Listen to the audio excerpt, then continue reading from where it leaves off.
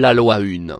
Livre V, fragment 4. Séance 9, 27 janvier 1981. Jim, aucun de nous n'a jamais eu un grand intérêt pour les expériences d'incarnation précédentes. Une fois encore, on perd facilement la concentration sur les opportunités de croissance offertes par le moment présent si on s'intéresse trop aux vies qu'on a vécues précédemment. La seule question de cette nature que nous ayons posée a suscité une réponse qui semblait approuver notre absence d'intérêt pour les vies antérieures. Car là, je crois personnellement que nous nous incarnons de nombreuses fois et que nous modelons, au cours de ces cycles de manifestation, des relations complexes et significatives qui s'enracinent profondément au fond de nous. Quand Don et moi nous sommes rencontrés, il m'a dit qu'il était certain que nous serions ensemble. Étant donné que ce qui est survenu immédiatement après cela a été un mariage de 4 ans avec un homme qui ne voulait pas se marier, je lui ai un jour remonté les bretelles pour ne m'avoir pas averti dès 1962 de cette vérité quelque peu perturbante,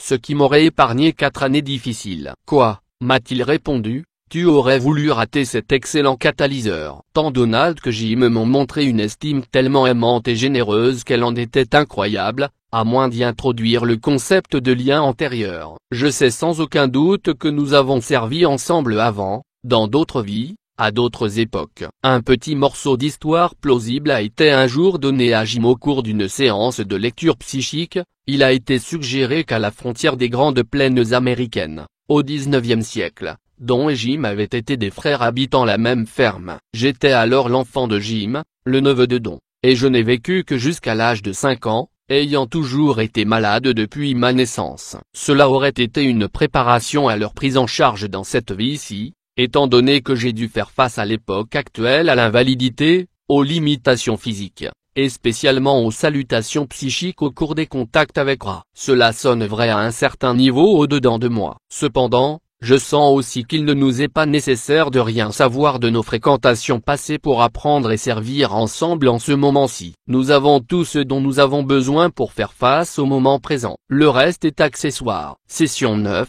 27 janvier 1981. Interlocuteur, vous est-il possible de nous parler un peu de nos expériences passées, de nos incarnations d'avant cette incarnation-ci? Ra, je suis Ra. Cela est possible. Cependant, les informations de ce genre sont soigneusement conservées par votre totalité mentale / corps / esprit de manière à ce que vos expériences de l'espace / temps présent restent intactes. Nous scannons pour trouver du matériau inoffensif pour votre actualité. Dans la distorsion du désir de votre liberté par rapport à toute idée préconçue, je ne suis à même que de donner des généralités. Il y a eu plusieurs époques où ce groupe a travaillé et habité ensemble. Les relations ont varié. Il y a un karma équilibré, comme vous le nommez, chacun étant l'instructeur de l'autre. Le travail a englobé la guérison, la compréhension des usages de l'énergie terrestre, et le travail d'aide à des civilisations qui ont lancé un appel, tout comme votre sphère l'a fait, et nous sommes venus. Ceci est la fin du matériau que nous considérons comme inoffensif.